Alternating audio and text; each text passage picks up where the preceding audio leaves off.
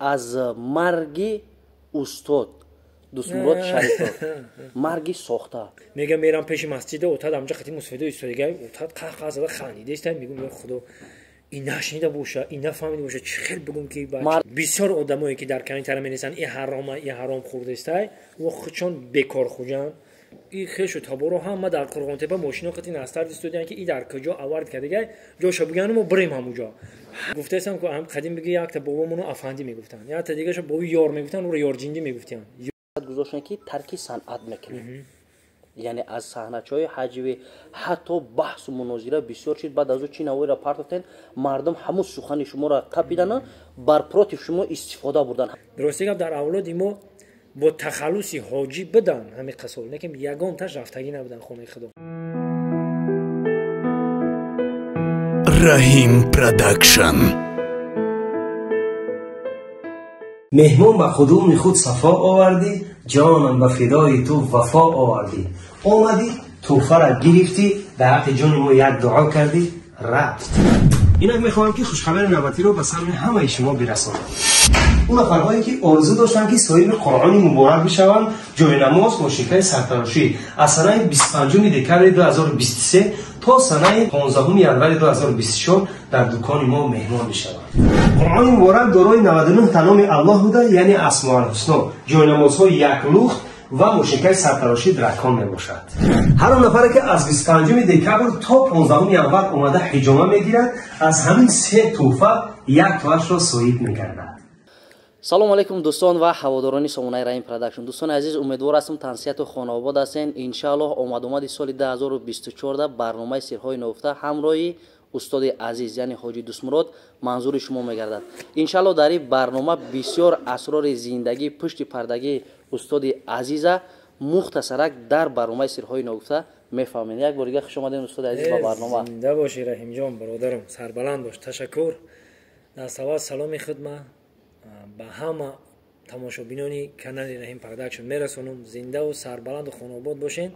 از اول دعا میکنیم که خداوند دولت دنیا رو در طور سرتون برسونه. خدا نگهبانتون باشه. سلامت باشی استاد جان. از دل خواجوی زندگی شما حیات روزگار اجازه هست که ما سوال برای شما پیشنهاد کنیم. هر سوالی میخواین پاسخ گردونین نخواین پاسخ نگردونین. خب همین ایگه پگفتی یک دردم زد یک گنرال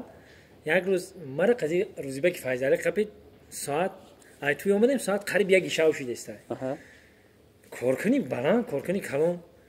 گفت من میدونم گفت شما ای توی اومدگید مونده شده خونتون رفته است نکیم که رس صنعتکار شدین هنرمند شدین شما فکر نکنید که از آن کودکاتون اینو از آن پدر و مادرتون اینو از آن زنتون شما هنرمند کشید صنعتکار کشید از آن خلقین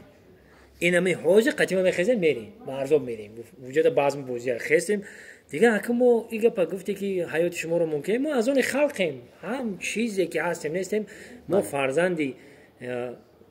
فرزندی توجیکیم فرزندی خلق توجیکیم ما برای خلق توجیکیم. سلامت باشین. سلامت باشین. یکم شروع میکنیم از مرگ استاد دوستمراد شریف مرگ ساخته آیا ایرا نزدیکان خیش تباران پدر مادر چقدر قبول کردن؟ میدونی چه خیلی شید اگه خداوند هر یک چیز را توغوری میکرده همین را باور که عجایب شید. در ورزاب تو یک برادر مونده ایم ورزاب باید توی بگذاریم روز شنبه بود بفکرم باید یک شنبه خوجان بریم بفکرم که هم خیلی بود روزبه که فیضلی قطعی برو اومدیم همین ای توی ورزاب برو اومدیم طرف خوجان را کشیدند ما رسپشنی اومد که هم خیلی در یک سایت برو خیلی معلومه که صورت موندگی بلاش هر چرچی نویسگی که مرگی هم خیلی بعد برو سیگا یک خسر بچه‌ام برویم که گفت دیدی یازنه خرید کردن ما گفتم ای پاتو خام خیلی میکنن گفتم این اهمیت نداره گفتم بگیرین چور ما برای خیب گفتم هر کار میکنم بگیرین چور نشکنین خب من گرفتم جال واد زدم و چور نشکدم با گروه داریم اساتید بلاگر اودم روی کردم گفتم میره چور میکنین دیگه اهمیت ندادم ما چور نکردم دیگه ما نشونه میتکو ما رفتم دلیل نبود رسیدیم ایسویس گاشتم یگام چه خوردیم دست رو شدیم تورات کردیم که وقتی بمب چید بمب مون خوندیم و با هزار اکا زدیم خوا این همه بمب ما میخونیم خو میریم تلفنمون رو کشتا ایجادم مقصد وای میشه ایش به ایش ای ساعتی ما تا ساعت 11 نیم خو رفتیم بعد ای بمب مقصد شاو که خواب کردگی نبودیم در راه کی بودیم خو رفتیم بعد دیگه ای با ای همه دیگه تو قشلوق اوزا یا هنسیف دارم جمالدین نام داره میگم میرم پیش مسجد اوتاد همونجا خطی مصفده ایستادگی اوتاد قهقه زده خندیده است. میگم یا خدا این نشنیده باشه این نفهمیده باشه چه خیلی بگم که بچه مردم علاقه سریوز نقبول کرده اگر همه همسینفوم این خیشو تبارو همه در قرغانتپه ماشینا خطی نستر دیستودن که این در کجا آورد کرده جاشو بگنم و بریم همونجا همه در مدت همین ای با مدت تا ساعت 10-11 همه اوضاع رفته کرد فقط اوتا و چم نمیدونه تمام ای اوتا و چم همین پدر و مادر همین خیلی که اگر یک کاری بیزب شود دلشون نمیاد حس میکنن یا یگام چی حس نکردیم همین همه میگه پشت در قتی میگذارن ایش رو نگاه میکنن که اوچم سوز گشته است اوتام بانی مستعد قهقه زده خندیده است میگه یگام گم نیست با یک که بود که چه خیلی شد که روزبک فیضلی در تخت کرد ما در دیگه کامنت خوب درستی گفت در تخت کرد ای دوست مرد بخی گم مریا 50 بار زنگ زدیم نگاه میکنم خدمت یا 300 بار زنگ زدیم بعد فهمیدم خیر راستی گفت دیگه هم آدم نیدم من هم دست اول که من جلوتر زدم و چورنش کردم دیگه من در نبر اومد دیگه نمیدونم چه خیلیش چیکار کردن همین عدد جدا دیدم میگن بندگی کرده میگن مرده خیر گفتم چی کنم دیگه همین کسی که دل نیاتی بد داشته باشه خیر اگه اساس برای خیپ میکنن برای پادپیسی جمع کردن میکنن این همین قگم دیگه نه اصلا استاد مردان یگان جای شک شبهش نیست خلاص استاد جان چی قدر شخصیت بزرگ چی قدر بزرگا بودن که گذاشتن رفتن بله با همین خاطر دوستان عزیز یک بار دیگه شما هم حضور احمد استاد عزیز برای پاسخ گردوندن این سوال چون که بسیارتر در سامانه اینستاگرام همین موضوع به نهایت با مردم پنیک کشیده بود مرگی دوست مراد شریفوف ما خواستیم که راجع به برنامه گپ زنیم اویدی زندگی پشت پردگی شما میریم استاد عزیز در اویلا چند نفر هستید اویلا پدر و مادرم ده چند پدر و مادر دارید اویلا پدر و مادرم یک پدر یک مادر دارم شکر خدا ده که دارم دو دادر دو پدرم دو خواهر همش دو تا باین ده سنترال شکر خدا از همه ده استاد روزی خوشبختترین شما در حیات و روزی که تا حال حیات نمیبرن یک روزی زیقی یک روزی پستی یک روزی گشنگی یک روزی عذاب دو حالت زندگیتونه در انمی برنامه سرهای نگفته منظور تماشابینان گردونه همین راست دیگه بگم اول از زیقیش بگیریم خرسندیش گفتی که بگذار یکم زیقیش بگیریم بعد خرسندی خفیف باقی گردونه زیقی راست دیگه وقتی پیش در که ما زندگی میکنیم که داشت و تیپا و ایلاق ده مردم بچه بودیم 3 کیلومتر مکتب می اومدیم میرفتیم بو میرفتیم بگای مال هول مون جمع میکردیم هیزم پیزم اونو میگرفتیم بو می اومدیم هر روز درسمون هم خیلی بود 3 کیلومتر راه پیاده می اومدیم میرفتیم اجیل داره گفتنی جو دهای سانتودا که ایجادم خونمون بود اونجا سر زمینمون بود ارندهمون قیمترین روزا همون روزا بود خیال میکنم که اوتاری عذاب خدا یگان کس نشوناتی ما پدرم سرفرزند که بود عینی اشغال دوری عینی عذاب بود پدرم بیچاره فکر میکنم که همون شب روز کجا خبیدنش نمیدونید دیگه زورش مدت نفر دم میرسید مدت اکاو تو دار بودیم روستیگا دلمراد و دوست مراد همین دیگه 24 ساعت در بالای سریمو این خیل کنن این خیل خیلی ممکن که همون شب روز پسیخیچسکی بایرام بودن ایس جنگ و جنجالو ایس گوداکا گوشنه و تشنه یا رو خراندن در کار پشوندن در کار وای پدری من خیلی بود که ممکن که هم 5-6 اویله رو میخرم 5-6 اویله رو میخرم همین قیمترین همون روزا بود که در طور گاز 53 خو میرفتیم و گریزامون در خونمون در روی زمین خو میرفتن مخمون در طور گاز 53 که مقصد حوزی میدرویان که ماشین منازعاتی کنیم های کنیم بگریزیم مقصد همون شب روزا همون خینیا داری دو ماست همون خین بود دیگه مسئله خرسندی ده بگی فکر میکنم که همه روزی من خرسندی های شکری خدا دیگه گم هنرگاه خداوند دیگه هم فقط شکرگزاریم که همین خرسندی رو فقط خرسندیم دیگه گم در شبکه‌های اجتماعی یک مدت باز خانه خدا دویم باره همراه پدر زیارت رفته نه بله بله میتونه که کمتر لحظه های خرسندی پدر یا اینکه یگان حالتایی بود که تا حال در یاد شما از انموجا موندگی راست دیگه پدری مرا میری سانتودا میگم همه میر گفته همین وقتش رئیس محلگی کدام اومده برگادیری کدام اومده هم وقتش نکیم شوفیور بود گاز 53 شوفیور همین سری رو ده مقصد همه کارش کرده من بینی خالد تا حاضر 84 دادر اومدینه تا حاضر در درنی خلق هم کجای برات پیش کرده توی دمی بران ای معرکت هم رئیس محلگی بود تا حاضر حکایت اوزی میگه پیشدم دیگه رئیس محلگی نمیکنم نه که مقصد هم جیانوش و شاگرداش و مقصد خشو تا بروش درگیرش همه وقت جمع خرسندیش همین قبض که خونه خدا گشتیم اومدیم همه چخله همین برام مدیان ای انا که میریس هم تو دو حاجیش گفته دیگه درسته گفت در اولاد ما با تخلصی حاجی بدن همین قصول نکیم یگام تاش رفتگی نبودن خونه خدا. از اولاد شما یکم پدر شما یکم اول خودم رفتم دوم پدر ما گرفتم رفتم مقصد که اولادی که ما داریم به یادمون هست اینا هفت پشته میگیم کو یکم این که همین پدر ما بردم این خرسندترین یادم نمیره که ما همین کوشش کردم همین پدر ما بردم. از اولادتون حاجی نبود نه که صنعتکار خیلی بود یا نه؟ مقصد که اولادی ما چه خیلی بگم خیلی د پرغه وریم یک نمودش مقصد هستن که خیلی ملای سختن برای نمون که میگم که حاجیش میگفتن با ملا شریف قل گفتن دوریم دیگه و دیگه خیش تا برامون ملان همی 30 نشده علاکه ریش میمونن تمام دیگه ها و هم را میکنن ملاگی دا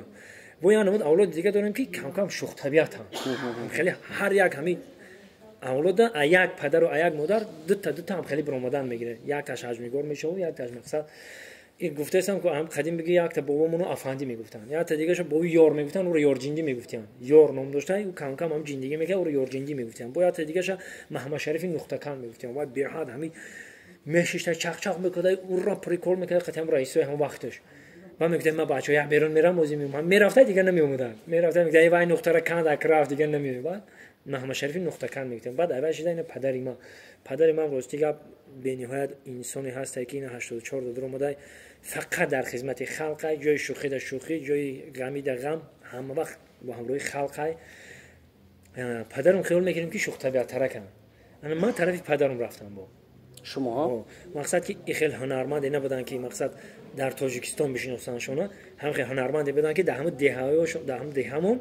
همه میشناسن دیوای معرکانو میگذاشتن به همون. استاد اویدی در خود شما کمتر در زندگیتون صحبت کنیم شاید بسیار نفر رو بپرسن که دوست مراد یعنی با تخلص دونجوان تو به دولت ایجا و جا میره تی قدر پولایی که جو میاری تا حرام خوری میکنی بهمدان میکنی سخن مردم هر چیزی که هست خواه نخواه به گوشت میرسه میتونه فهمونده که درآمد شما از کجای برآمدتون از کجا یک مشکی بسیار پند و نصیحت ها را گوش میکنم باید همین درآمد هر یک شخصیت باید در دیگه آدم علامت سوال باشه بله که نفهمن که همین ایگوجا میوه و چخل میروه علامت سوال باشه خوبتره که میگم که رحیم جان که خود دمیگم اگه تماشاگرای خود دمیگم بسیار درآمدهای ما همین پشت کانال مونای حوزی مقصد شما یگان بیزنس صاحبکار این خیلی چیزها نداره نه نیستیم فقط تجارت ما همه بیزنس ما همه که ما هم سفر بسیار کنیم همون پول بسیار درآمد میکنیم چی بگم ما هم سفر که کردیم ما رو تماشاگران بسیار تماشا میکنن ما رو چی میشوه آدم‌ها زنگ میزنن میگن که همین بین همین ویدیو تا مرا ریکلام کنید با مثل شرکتی موحدی بله که گرانیتسا میره میاد با مثل کمازایی که بار میارن از مسکو با مثل این دیگر با اینها زیرا نگاه میکنم زنکو بسیار زنگ میزنن شرکت فابریلیکو شرکتی اونو اتمی و اما بسیار قبول نمیکنم نکیم که هستن مقصد شینوسن نزدیکن میگه اکجان هم میخوایم و خدمت هم میکنیم برادر خدمت هم میکنیم ما فکر میکنم که در یگام دور زمان تجارت حرام نیست تجارت پیغمبر خدا میکرد در تجارت راست باشی دروغ نگی اثر ترازو نزنی البته که تجارت بود پیغمبر خدا دعا کرده که برکت در تجارت گفتگی البته که تجارت کار بودن این یگام وای نیست زندگی تا پیش میبری زنها هم باشن بانوها هم که باشن مقصد زندگیشون رو پیش میبرن صاحب مبلغ میشن این یگام وای نیست که جایی که فند فریب باشه و دروغ باشه رزق یتیم خوردن باشه رزق خلق خوردن باشه اوش حرامه جایی که رزق یک کس نخری مهنت کنی مهنت حلال نمی باره بگیری ما بیارم پیش داده بگم اکی نمیره میخری تنه بگی ببرم پیش بوده بگم اکو میره میخری یک تا همجا خریداری کنه بالاش ده اسم دسم 5 من که مونم بفروشم زندگی پیش برم که جای حرامی و حرام خری بده بسیار آدمایی که در کنین طرف مینسن این حرام خورده است و خودشون بیکار خوجن کار کردن نمیخواهن بعد میشینن و